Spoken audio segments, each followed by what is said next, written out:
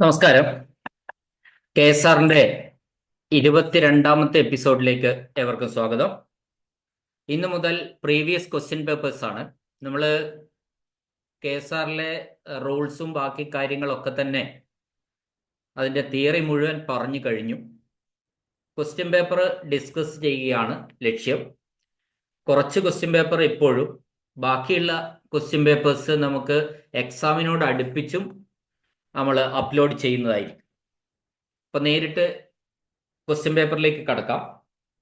ആദ്യത്തെ ചോദ്യം: incentive awards in the nature of cash awards for meritorious service will be given to. അതായത് incentive awards ഒരു ഉദ്യോഗസ്ഥന് അയാളുടെ മെറിറ്റോറിയസ് സർവീസ്, വളരെ നല്ല സർവീസിന് കൊടുക്കുന്ന ഇൻസെന്റീവ് അവാർഡ്, അത് ക്യാഷ് അവാർഡായിട്ട്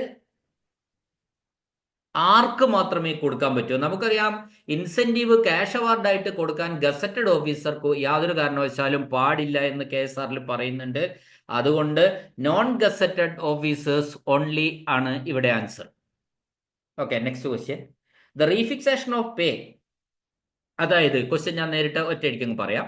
28A പ്രകാരം, അതായത് 28A എന്ന് പറയുന്നത് ഒരു ലോവർ പോസ്റ്റിൽ നിന്ന് ഹയർ പോസ്റ്റിലേക്ക്, ലോവർ ടൈം സ്കെയിലിൽ നിന്ന് ഹയർ ടൈം സ്കെയിലിലേക്ക് പ്രൊമോഷൻ കിട്ടുമ്പോൾ നമ്മൾ അവർക്ക് കൊടുക്കുന്ന ഫിക്സേഷന്റെ റൂളാണ് 28A. ആ 28A പ്രകാരം ഈ 2000 കുറച്ച് വർഷങ്ങൾക്ക് മുമ്പ് റീഫിക്സേഷൻ, അതായത് ലോവർ സ്കെയിലിലെ ഇൻക്രിമെന്റ് ഡേറ്റിൽ റീഫിക്സേഷൻ അനുവദിച്ചിരുന്നില്ല. എന്നാൽ ഇപ്പോ റീഫിക്സേഷൻ അനുവദിച്ചിട്ടുണ്ട്. എന്നു മുതലാണ് ആ റീഫിക്സേഷൻ വീണ്ടും റീസ്റ്റോർ ചെയ്ത് എന്നാണ് ചോദ്യം.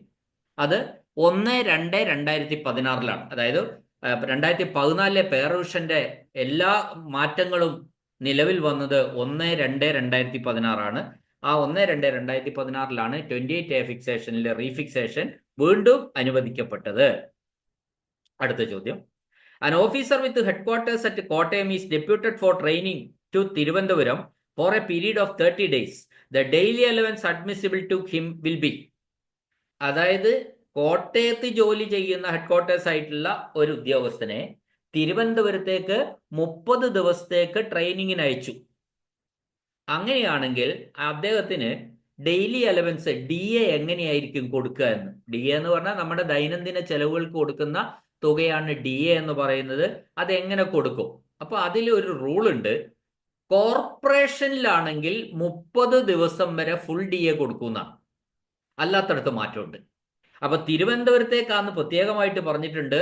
V know that Thiruvananthapuram is a corporation. So ഇവിടെ answer full rate for 30 days. 1/2 അല്ല, 2/3 അല്ല, 1/4 അല്ല, ഇതൊന്നും അല്ല. ഫുൾ റേറ്റ് 30 daysലും കിട്ടും. കാരണം തിരുവനന്തപുരം ഒരു കോർപ്പറേഷനിലാണ്, അവിടെയാണ് ട്രെയിനിങ് നടക്കുന്നത്. Okay, next question: the daily allowance admissible for intermediate halts beyond 200 kilometers when the journey is performed in a departmental vehicle. ഒരു ഡിപ്പാർട്ട്മെന്റൽ വെഹിക്കിളില് 200 കിലോമീറ്ററിന് അപ്പുറത്ത് ഒരു ഇടക്കാല ഹോൾട്ട് നടത്തിയാൽ അയാൾക്ക് അന്ന് ആ ഹോൾട്ടിൽ ലഭിക്കുന്ന DA എന്തായിരിക്കും? 200 കിലോമീറ്ററിന് അപ്പുറം യാത്ര ചെയ്യുമ്പോൾ ഇടക്കാല ഹോൾട്ട്, അതാണ് ഇന്റർമീഡിയറ്റ് ഹോൾട്ട് എന്ന് പറയുന്നത്. അപ്പോൾ ലഭിക്കുന്ന DA, അത് സർക്കാർ വാഹനത്തിലാണ് പോകുന്നത്, അപ്പോൾ അങ്ങനെ ലഭിക്കുന്ന DA എന്ന് പറയുന്നത് അര DA ആണ്. ഇനി അടുത്ത ചോദ്യം: A non-official member serving in a first-class committee constituted by government will be allowed traveling allowance at the rate of admissible. അതായത് ഒരു non official member serving in a first class committee constituted by government നിശ്ചയിക്കപ്പെട്ടിട്ടുള്ള, constitute ചെയ്തിരിക്കുന്ന ഒരു first class കമ്മിറ്റിയിൽ ഒരു non official member അയാൾക്ക് കൊടുക്കുന്ന TA ഏത് റേറ്റിലുള്ളതായിരിക്കും എന്നാണ് ചോദ്യം. അത് ഫസ്റ്റ് ക്ലാസ് കമ്മിറ്റിയാണ്. അതുകൊണ്ട് തന്നെ അയാള് കൊടുക്കുന്ന TA എന്ന് പറയുന്നത്, നമുക്കറിയാം ഗ്രേഡ് 4 ഓഫീസർമാരുള്ളത്, അതിൽ ഗ്രേഡ് 1 ഓഫീസറിന്റെ TA തന്നെ അയാൾക്ക് കൊടുക്കും. Next question: when an officer on tour is provided with free boarding and lodging, the rate of daily allowance will be. ഒരു ഓഫീസർ ടൂർ ടി ആണ്. ആ ഓഫീസറിന് ഫ്രീ ബോർഡിങ്ങും ഫ്രീ ലോഡ്ജിങ്ങും കിട്ടി. എന്താണ് ഈ ബോർഡിങ്ങും ലോഡ്ജിങ്ങും തമ്മിലുള്ള വ്യത്യാസം? ബോർഡിംഗ് ആൻഡ് ലോഡ്ജിങ് എന്ന് പറയുന്നത് ഭക്ഷണവും താമസവുമാണ് ഉദ്ദേശിക്കുന്നത്. ഭക്ഷണവും ലഭിച്ചു, താമസവും ലഭിച്ചു. അങ്ങനെയാണെങ്കിൽ അദ്ദേഹത്തിന് ലഭിക്കുന്ന DA എത്രയായിരിക്കുമെന്നാണ്. അത് 1/4 DA ആണ്. അതായത് ഭക്ഷണവും താമസവും ലഭിച്ചാൽ പിന്നെ ലഭിക്കുക 1/4 DA ആണ് പെർ ഡേ. ഓക്കെ, ഇനി അടുത്ത ചോദ്യം. When an officer on tour is provided, sorry അതാണ് ഇപ്പൊ പറഞ്ഞ when an officer is on tour is provided with free lodging the rate of daily allowance will B. അതായത് അയാൾക്ക് ഭക്ഷണമില്ല, ലോഡ്ജിങ് മാത്രമേ ഉള്ളൂ, താമസ സൗകര്യം മാത്രമേ ഉള്ളൂ എങ്കിൽ അയാൾക്ക് എത്ര DA കിട്ടും?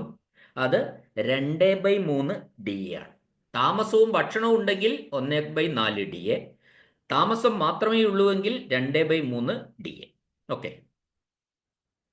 A pensioner drawing a pension of 18,000 was reemployed on 1/7/18 in a post on a time scale of pay 18,000 41,500 and the pay fixed at 28,500.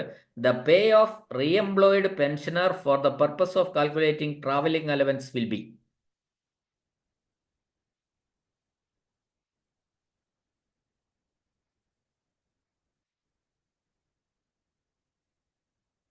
ചോദ്യം ഇതാണ്. A pensioner drawing a pension of 18,000, ഒരു 18,000 രൂപ പെൻഷൻ വാങ്ങിക്കൊണ്ടിരിക്കുന്ന ഒരു ഉദ്യോഗസ്ഥൻ അയാളെ റീഎംപ്ലോയ് ചെയ്തു. On 1/7/2018 വീണ്ടും നിയമിക്കപ്പെട്ടു. ആ ഏത് പോസ്റ്റില്? 18,000 41,500 എന്ന സ്കെയിൽ ഓഫ് പേയില് നിയമിക്കപ്പെട്ടു. അങ്ങനെ അയാളുടെ പേ 28,500 എന്ന് ഫിക്സ് ചെയ്തു. The pay of the reemployed pensioner for the purpose of calculate, അങ്ങനെയാണെങ്കിൽ പുനർനിയമിക്കപ്പെട്ട ഈ പെൻഷനർക്ക് TA കാൽക്കുലേറ്റ് ചെയ്യാൻ എടുക്കുന്ന പേ എത്രയായിരിക്കും എന്നാണ്. അപ്പോൾ പെൻഷൻ 18,000 കിട്ടുന്നത്, അത് കൂട്ടി പ്ലസ് ഇയാളെ പുതിയ സ്കെയിലിൽ ഫിക്സ് ചെയ്തപ്പോൾ പേ എത്രയിലാണോ ഫിക്സ് ചെയ്യുന്നത് ആ രണ്ടും കൂടി കൂട്ടി അതിൽ കിട്ടും. അതായത് 18,000 പെൻഷൻ കൂട്ടണം, അയാൾ റീഎംപ്ലോയിഡ് ആയി പോസ്റ്റ് ചെയ്തതിന് ശേഷം അയാളുടെ പേ ഫിക്സ് ചെയ്ത് എത്രയിലാണോ ആ തുകയും കൂടെ കൂട്ടി 18,000ന്റെ കൂടുമ്പോൾ അയാൾ 46,500 ആയിരിക്കും അയാളുടെ പേ. എന്തിനു വേണ്ടി? ട്രാവലിംഗ് അലവൻസ് കാൽക്കുലേറ്റ് ചെയ്യാൻ വേണ്ടിയിട്ടുള്ള അയാളുടെ പേ ആയിട്ട് നമ്മൾ എടുക്കുന്നത്. ഇതൊരു ക്വസ്റ്റ്യൻ ഞാൻ പറയാണ്, നമ്മൾ ഈ ടൈപ്പ് ക്വസ്റ്റ്യൻ കേൾക്കുമ്പോൾ നമുക്ക് മനസ്സിലാവുമല്ലോ. പെൻഷൻ കൂട്ടണം, നിലവിൽ അയാൾ അടുത്ത റീഎംപ്ലോയ് ചെയ്തപ്പോൾ അയാളുടെ പേ ഫിക്സ് ചെയ്ത് എത്രയിലാണോ അത് രണ്ടും കൂടെ കൂട്ടിയ തുകയിലാണ് ചെയ്യുന്നത്. Okay, next question. When A member of the family of an officer on transfer follows him within 6 months from the date of transfer, the date of transfer of the officer means a date on which the officer. അപ്പോൾ when a member of the family of an officer on transfer follows him within 6 months from the, അതായത് ഒരു transfer നടന്നു കഴിഞ്ഞ് 6 മാസത്തിനുള്ളിൽ അദ്ദേഹത്തിന്റെ family അദ്ദേഹത്തോടൊപ്പം യാത്ര ചെയ്തു. അപ്പൊ date of transfer of the officer means എന്ന് പറഞ്ഞാൽ എന്നാണ് ചോദിക്കും. അത് takes over charge at the new station, പുതിയ സ്റ്റേഷനിൽ ചാർജ് എടുത്ത ദിവസത്തെയാണ് നമ്മൾ ദ ഡേറ്റ് ഓഫ് ട്രാൻസ്ഫർ എന്ന് പറയുന്നത്. അതുമുതൽ 6 മാസത്തിനുള്ളിൽ അദ്ദേഹത്തിന്റെ ഫാമിലിയെ അദ്ദേഹത്തിന് കൊണ്ടുപോകാം. എങ്ങനെ? TA അടക്കം അയാൾക്ക് ആ ഫാമിലിക്കും ആക്ച്വൽ ഫെയർ ലഭിക്കും. ആ രീതിയിൽ ആ 6 മാസത്തിനിടയിൽ കൊണ്ടുപോകും. അപ്പൊ 6 മാസം കണക്ക് കൂട്ടുന്നത് അദ്ദേഹം ട്രാൻസ്ഫറായി പുതിയ സ്റ്റേഷനിൽ ജോയിൻ ചെയ്ത ഡേറ്റ് ആണ്. Okay, next question. An officer of government traveling on university business will receive traveling allowance from. അതായത് ഒരു ഗവൺമെന്റ് ഓഫീസർ യൂണിവേഴ്സിറ്റി സംബന്ധമായ അവരുടെ ആവശ്യത്തിന് വേണ്ടി പോകുമ്പോൾ അത് ട്രാവലിംഗ് അലവൻസ് അദ്ദേഹത്തിന് എവിടെ നിന്നാണ് കിട്ടേണ്ടത്? അത് യൂണിവേഴ്സിറ്റി ഫണ്ടിൽ നിന്നാണ് കിട്ടേണ്ടത്. അടുത്ത ചോദ്യം. Monthly conveyance allowance granted to an officer can be drawn during. monthly conveyance allowance granted to an officer can be drawn during absence from headquarters. Temporary transfer, joining time, leave. ഇവിടെ answer monthly conveyance വാങ്ങുന്ന ഒരു ഉദ്യോഗസ്ഥന് ആയത് grant ചെയ്യാം ഏത് സമയത്ത്? Absent from ഹെഡ്ക്വാർട്ടേഴ്സിൽ ഇല്ലാത്ത സമയത്ത് അദ്ദേഹത്തിന് അത് ക്ലെയിം ചെയ്യാമെന്നാണ് പറഞ്ഞത്. അടുത്ത ചോദ്യം, travelling allowance advance admissible to an officer on recruitment to enable him to proceed to a place where the purpose to settle down after retirement is limited to. അദ്ദേഹത്തിന് ഒരു റിട്ടയർമെന്റിന് ശേഷം ഒരു ഓഫീസർക്ക് തൻ്റെ വാസസ്ഥലത്തേക്ക് പോകാൻ ട്രാവലിംഗ് അലവൻസ് അഡ്മിസിബിൾ ചെയ്യും, അഡ്വാൻസ് ആയിട്ട് അഡ്മിസിബിൾ ചെയ്യും. അപ്പോൾ അങ്ങനെ അഡ്വാൻസ് ആയി നൽകുന്ന ട്രാവലിംഗ് അലവൻസ് എന്ന് പറയുന്നത് സാധ്യതയുള്ള ടി എയുടെ എത്ര ശതമാനമാണെന്ന് റിട്ടയർമെന്റിന് ശേഷമാണ് ഞാൻ പറയുന്നത് കേട്ടോ. റിട്ടയർമെന്റിന് ശേഷം അദ്ദേഹത്തിന് തൻ്റെ താമസ സ്ഥലത്തേക്ക് എവിടെയാണോ ഫ്യൂച്ചർ ആയിട്ട് നമ്മൾ താമസിക്കുന്നത് അവിടത്തേക്ക് പോകാൻ വേണ്ടി ടി എ അനുവദിക്കും. ആ ടി എ എന്ന് പറയുന്നത് പ്രോബബിൾ ടി എയുടെ അത് അഡ്വാൻസ് ആയിട്ട് അനുവദിക്കും. 75% ആണ് അനുവദിക്കുക. 75% of the probable amount of T A, സാധ്യതയുള്ള ടി എയുടെ 75%. Next question, if a pensioner is convicted of serious crime, government may withdraw a part of his pension for a specified period in consultation with.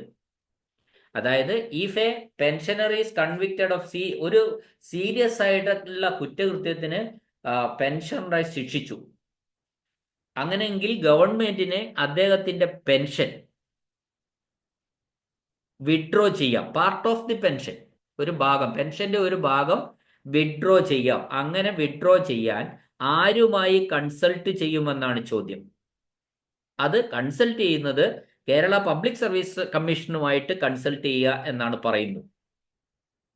Next question, the pension admissible to an employee who is selected for discharge from service due to the abolition of permanent post is known as.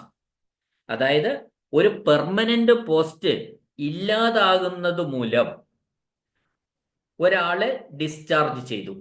ഒരു post ഇല്ലാതാകുന്നത് മൂലം ഒന്നുകിൽ സാധാരണഗതി നമ്മൾ പറയാം ആ ഉദ്യോഗസ്ഥന് സമാനമായ ഒരു തസ്തിക കൊടുക്കും, അല്ലെങ്കിൽ അതിൽ താഴെയുള്ള ഒരു തസ്തിക കൊടുക്കും, അല്ലെങ്കിൽ പെൻഷൻ കൊടുക്കും. അങ്ങനെ പെൻഷൻ കൊടുക്കാൻ തീരുമാനിച്ചാൽ, അല്ലെങ്കിൽ അയാൾ പെൻഷൻ വാങ്ങാനാണ് താല്പര്യമെങ്കിൽ അയാൾക്ക് കൊടുക്കുന്ന പെൻഷന്റെ പേരാണ് കോമ്പൻസേഷൻ പെൻഷൻ. പെൻഷന്റെ പേര് കോമ്പൻസേഷൻ പെൻഷൻ. എപ്പോഴാണ് കോമ്പൻസേഷൻ പെൻഷൻ കിട്ടുക? Due to abolition of permanent post. ഒരു പോസ്റ്റ് ഇല്ലാതായി അബോളിഷ് ചെയ്ത് പോയി കഴിയുമ്പോൾ അയാൾക്ക് കൊടുക്കുന്ന പെൻഷനാണ് compensation pension. Next question, retiring pension is admissible. Retiring pension എന്ന് പറഞ്ഞാൽ വോളണ്ടറി റിട്ടയർമെന്റ്. അത് എത്ര കാലഘട്ടത്തിന് അഡ്മിറ്റ് ചെയ്യാം? വോളണ്ടറി റിട്ടയർമെന്റ് കൊടുക്കണമെങ്കിൽ 20 വർഷം സർവീസ് ഉണ്ടായിരിക്കണം. 20 വർഷം, അതാണ് ആൻസർ. ഇനി, if the recovery of excess payment made to an officer who retired from service is deducted from his monthly pension admissible, the rate of recovery shall not exceed. അതാണ് അധിക തുക വിതരണം ചെയ്തു. അധിക പെൻഷൻ ഒരു ഓഫീസർക്ക് റിട്ടയർ ചെയ്ത ഒരു ഓഫീസർക്ക് ഗവൺമെന്റ് ഫണ്ടിൽ നിന്ന് അധിക തുക വിതരണം ചെയ്തിട്ടുണ്ടെങ്കിൽ അത് തിരിച്ചു പിടിക്കേണ്ടതായിട്ടുണ്ട്. അങ്ങനെ തിരിച്ചു പിടിക്കാൻ തീരുമാനിച്ചാൽ എത്ര ശതമാനം മാത്രമേ പെൻഷനിൽ നിന്ന് പിടിക്കാൻ പാടുള്ളൂ? 10% കൂടാൻ പാടില്ല. 10% ഓഫ് മന്ത്ലി പെൻഷൻ അതാണ് പറഞ്ഞിരിക്കുന്നത്. മന്ത്ലി പെൻഷന്റെ 10% മാക്സിമം പിടിക്കാൻ പറ്റുക. Next question, an employee dismissed in insolvency deserves special consideration and compassionate allowance is granted.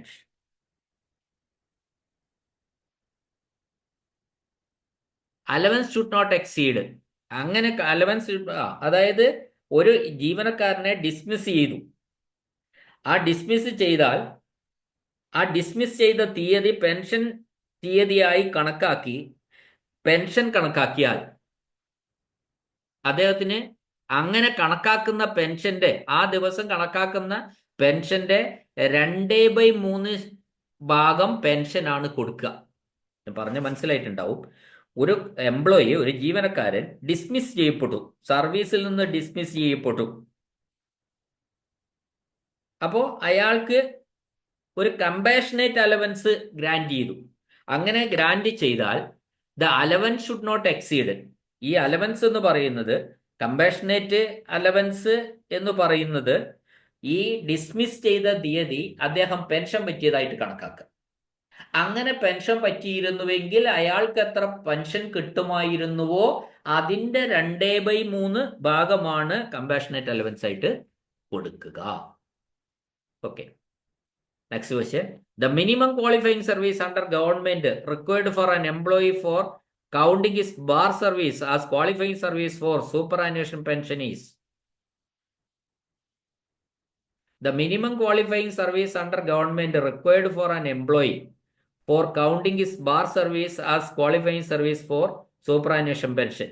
Bar service കൂട്ടണമെങ്കിൽ, സൂപ്പറാന്വേഷൻ പെൻഷന് ബാർ സർവീസ് കൂട്ടണമെങ്കിൽ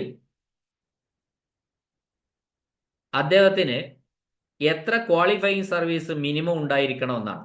8 വർഷം പിന്നെ ക്വാളിഫയിങ് സർവീസ് ഗവൺമെന്റ് സർവീസായിട്ട് ഉള്ള ഒരാൾക്ക് മാത്രമേ ബാർ സർവീസ് എന്ന് പറഞ്ഞാൽ ബാറിലുള്ള സർവീസ്, ബാർ എന്ന് പറഞ്ഞാൽ എന്താണ്, കോടതിയായിട്ട് ബന്ധപ്പെട്ട സർവീസ് ഉള്ളവർക്ക് മാത്രമേ, 8 വർഷം ഉള്ളവർക്ക് മാത്രമേ ബാർ സർവീസ് പെൻഷന് വേണ്ടി ക്വാളിഫയിങ് സർവീസ് ആയിട്ട് കൂട്ടാൻ കഴിയുകയുള്ളൂ.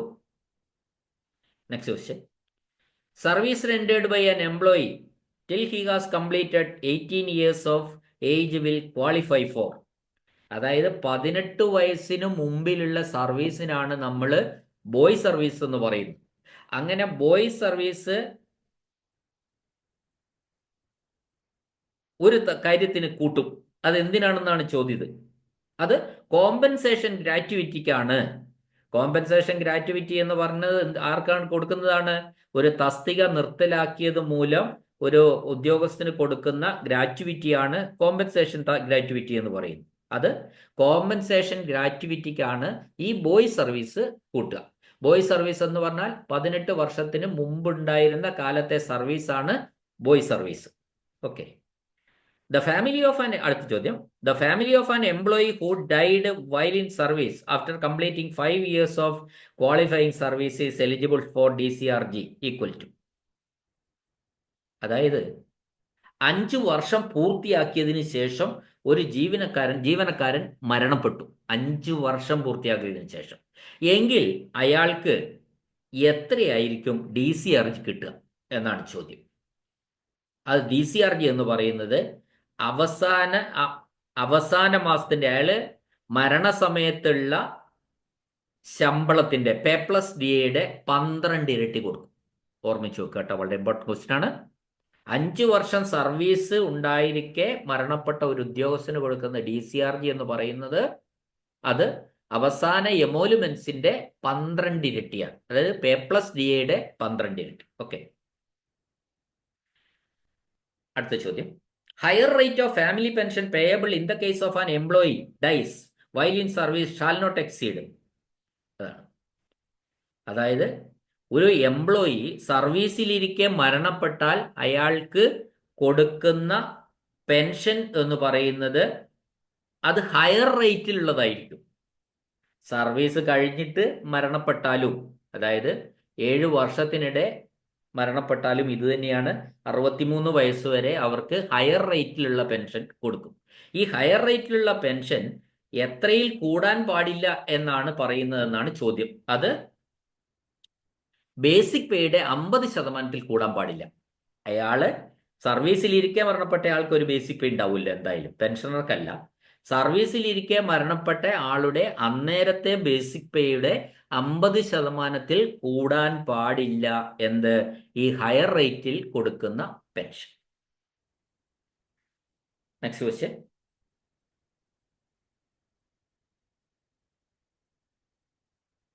അപ്പോ ഈ ചോദ്യം ഒരിക്കൽ കൂടി ഞാൻ വായിക്കാം. ഒരു മരണപ്പെട്ട ഉദ്യോഗസ്ഥന് കൊടുക്കുന്ന പെൻഷൻ എന്ന് പറയുന്നത് അദ്ദേഹത്തിന്റെ കുടുംബത്തിന് കൊടുക്കുന്ന ഫാമിലി പെൻഷനാണ്.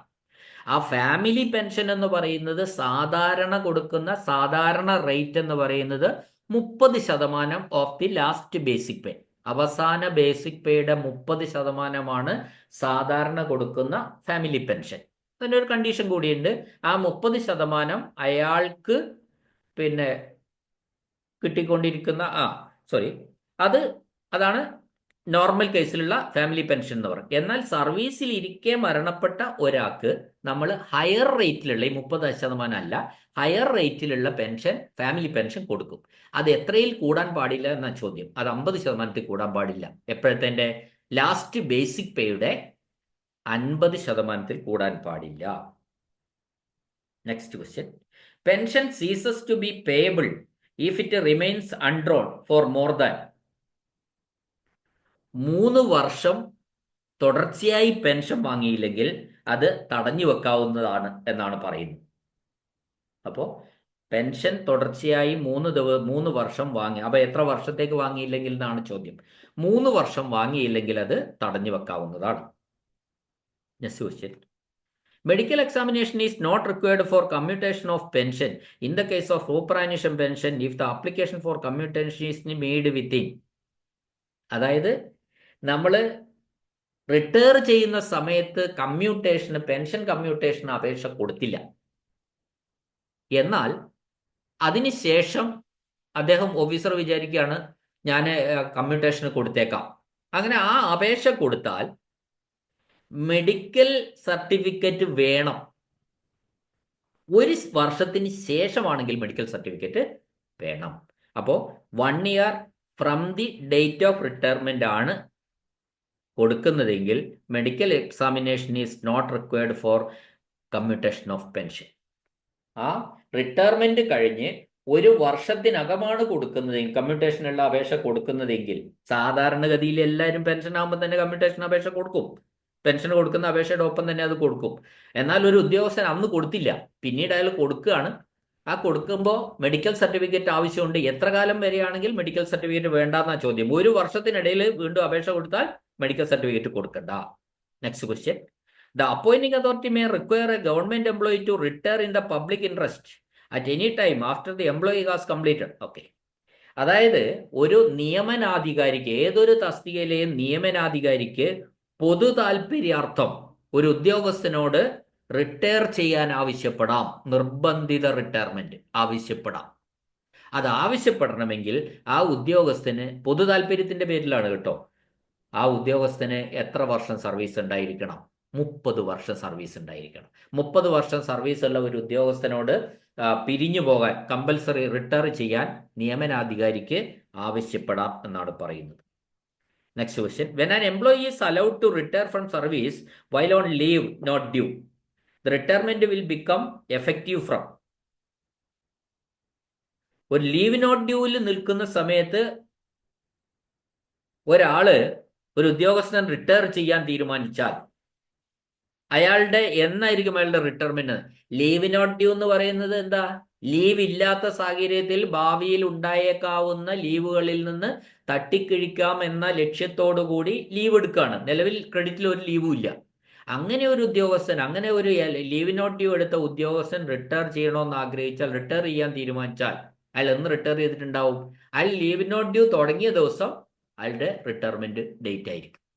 അയാളെ പിരിച്ചുവിടണം. അന്ന് പിരിച്ചുവിടല്ല, വോളണ്ടറി ഒക്കെ എടുക്കാൻ തീരുമാനിച്ചാൽ അയാളുടെ ലീവ് നോട്ട് ഡ്യൂ തുടങ്ങിയ, LND തുടങ്ങിയ ദിവസമാണ് അയാളുടെ റിട്ടയർമെന്റ് ആയിട്ട് കണക്കാക്കേണ്ടത്.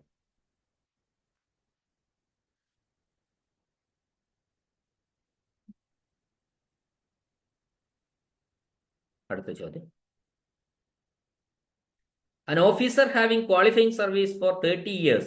വേണ്ട, ആ ചോദ്യം പ്രസക്തമല്ല. കാരണം നമ്മളെ DCRG ആയിട്ട് ബന്ധപ്പെട്ട ഒരു ചോദ്യമാണ്. അതിപ്പോ ആ തുകയല്ല ഇവിടെ ഉള്ളത്. ഇപ്പോൾ പരമാവധി DCRG 17 ലക്ഷം ആക്കിയിട്ടുണ്ട്. ഇവിടുത്തെ ക്വസ്റ്റ്യൻ അതല്ല, അതുകൊണ്ട് അത് ഇപ്പോൾ പറയുന്നില്ല. Next question. A person who is deputed for training with a view to employment in government service is called. ഒരു ഗവൺമെന്റ് സർവീസിൽ ജോലി കൊടുക്കാൻ വേണ്ടിയിട്ടുള്ള നൽകുന്ന ഒരു ട്രെയിനിങ് വിട്ടാൽ അതിന് പറയുന്ന പേരെന്താണ്? അപ്രന്റീസ് എന്നാണ്. Next question. General revenues of Kerala does not include. Consolidated fund എന്താണ്? കേരളത്തിന്റെ ജനറൽ റവന്യൂ ആണ്. പബ്ലിക് അക്കൗണ്ട് റവന്യൂ ആണ്. കണ്ടിൻജൻസി ഫണ്ട് ജനറൽ റവന്യൂ ആണ്. Revenues of local bodies, local ബോഡീസിന്റെ റവന്യൂസ്, അതായത് പഞ്ചായത്ത് പോലെയുള്ള സ്ഥാപനങ്ങളുടെ റവന്യൂസ് എന്ന് പറയുന്നത് അത് കേരളത്തിന്റെ ജനറൽ റവന്യൂ അല്ല. അടുത്ത ചോദ്യം. The leave which is not treated as absence from duty. ഏത് ലീവാണ് ഡ്യൂട്ടി ആയിട്ട് കണക്കാക്കുന്നത്? ഡ്യൂട്ടിയായി കണക്കാക്കുന്ന ലീവ് കാഷ്വൽ ലീവാണ്.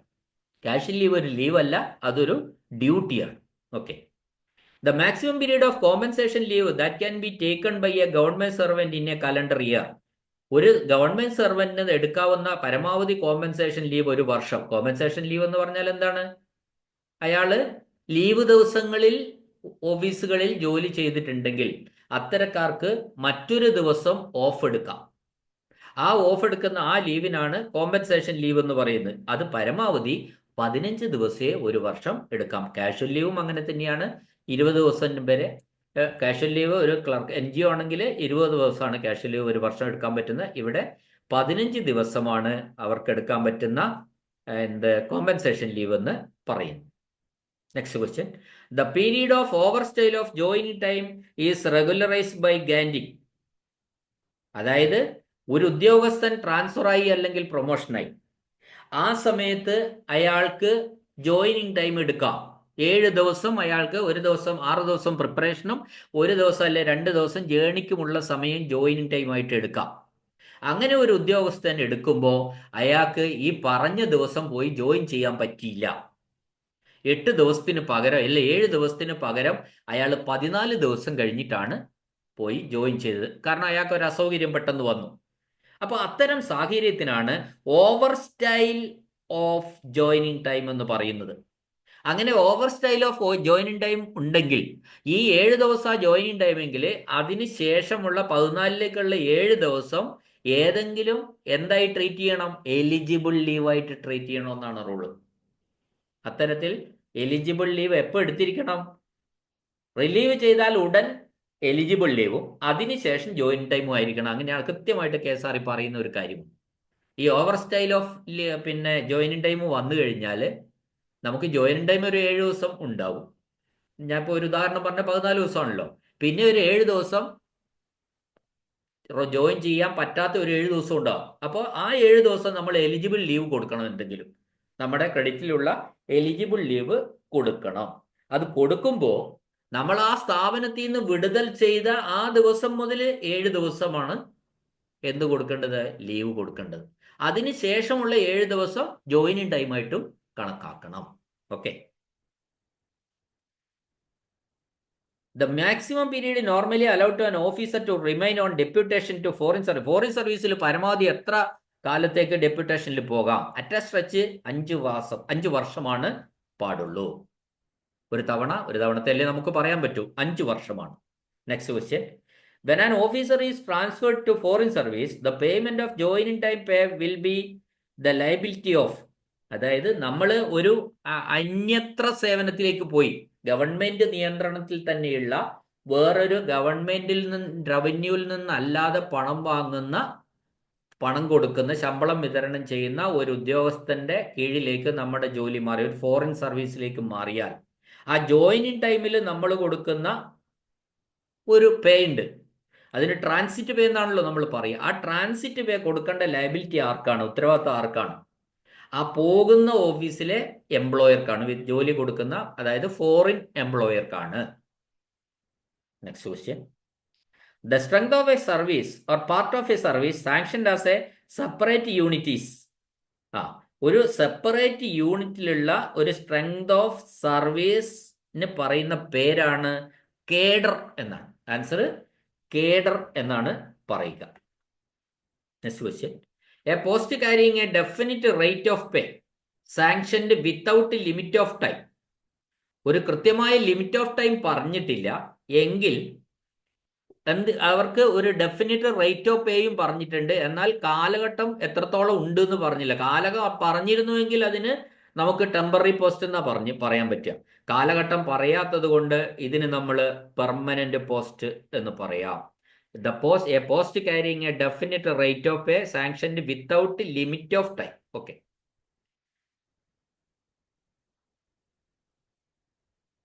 അടുത്ത ചോദ്യം. The government may grant a premature increment to an officer on a time scale of pay. The rule is, അതായത് പ്രിമച്വർ ഇൻക്രിമെന്റ് ഒരു ഉദ്യോഗസ്ഥന് അവരുടെ സർവീസ് അതിൻ്റെ ആനുകൂല്യത്തിന് വേണ്ടി അയാൾക്കൊരു കോംപ്ലിമെന്റ് എന്നുള്ള നിലയിൽ അയാൾക്കൊരു ഇൻക്രിമെന്റ് അധികമായി കൊടുത്താൽ അതിന് നമുക്ക് പ്രിമച്വർ ഇൻക്രിമെന്റ് എന്ന് പറയാം. അതിന്റെ റൂൾ ഏതാണ്? അത് റൂൾ 34 ആണ്. Part 1 KSR. അടുത്ത ചോദ്യം. TA will be paid in case of on request transfer, provided the official concerned has spent at least at the station from which he seeks transfer. സാധാരണഗതിയിൽ ഒരു റിക്വസ്റ്റ് ട്രാൻസ്ഫർ നടത്തുന്നവർക്ക് TA കൊടുക്കുന്നതല്ല. എന്നാൽ എത്ര കാലം ഒരു സ്റ്റേഷനിൽ നിന്നതിന് ശേഷം ട്രാൻസ്ഫർ കൊടുത്താൽ അവർക്ക് TA കൊടുക്കാം. അത് 1 ഇയർ ആണ്. ഒരു വർഷക്കാലത്തോളം ഒരു സ്റ്റേഷനിൽ ജോലി ചെയ്തതിന് ശേഷമാണ് ട്രാൻസ്ഫറിന് അപേക്ഷ കൊടുക്കുന്നതെങ്കിൽ അവർക്ക് നമ്മൾ TA നൽകാവുന്നതാണ്. അതുകൊണ്ട് 1 വർഷമാണ് ആ പീരീഡ് എന്ന് പറയുന്നത്. Next. The officers were deputed for training to any city outside Kerala. Full rate of DA for halt is admissible for. അപ്പോൾ ഒരു കേരളത്തിന് പുറത്തുള്ള ഒരു സിറ്റിയിലേക്ക് ഒരു ട്രെയിനിങ്ങിന് ഒരു ഉദ്യോഗസ്ഥനെ വിട്ടാൽ അയാൾക്ക് ഫുൾ DA എത്ര ദിവസത്തേക്ക് കൊടുക്കും? 30 ദിവസത്തേക്കാണ് ഫുൾ DA കൊടുക്കുക. ഓക്കെ. അടുത്ത ചോദ്യം. Dies non is incorporated in which rule? ഏത് റൂളിലാണ് ഡയസ്നോണിനെ പറ്റി പറയുന്നത്? അത് റൂൾ 14A ആണ്. 14A part 1 KSR. Next question. Over time allowance is. Over time allowance, ഒരു ഉദ്യോഗസ്ഥന് കൊടുക്കുന്ന ഓവർ ടൈം അലവൻസ് എന്ന് പറയുന്നത് അത് സർക്കാർ റവന്യൂവിൽ നിന്നാണ്. അപ്പൊ സർക്കാർ റവന്യൂവിൽ നിന്ന് കൊടുക്കുന്ന ഒരു പേയ്മെന്റിന് അത് നമുക്ക് ഓണറേറിയം എന്ന് പറയാം. ഓക്കെ.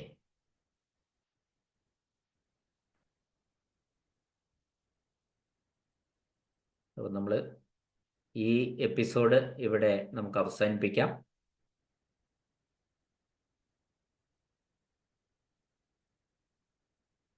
ക്വസ്റ്റ്യൻസ് നമ്മൾ പരമാവധി ചെയ്യേണ്ടതായിട്ടുണ്ട്. അപ്പോൾ അത്തരത്തിൽ കൂടുതൽ ചോദ്യങ്ങൾ ചെയ്യുമ്പോൾ നമ്മൾ ക്ലാസ്സുകളിൽ പറയാത്ത പോയിന്റ്സ് ഒക്കെ ഇങ്ങനെ കടന്നു വരും. അത് കുറച്ചുകൂടി നമുക്ക് ഹെൽപ്ഫുള്ളായിരിക്കും. അതുകൊണ്ട് പരമാവധി ക്വസ്റ്റ്യൻ പേപ്പർ ഡിസ്കസ് ചെയ്യുന്നത് നിങ്ങൾ കേൾക്കണം. എന്തായാലും ഈ 22ാമത്തെ എപ്പിസോഡ് കേട്ട എല്ലാവർക്കും നന്ദി, നമസ്കാരം.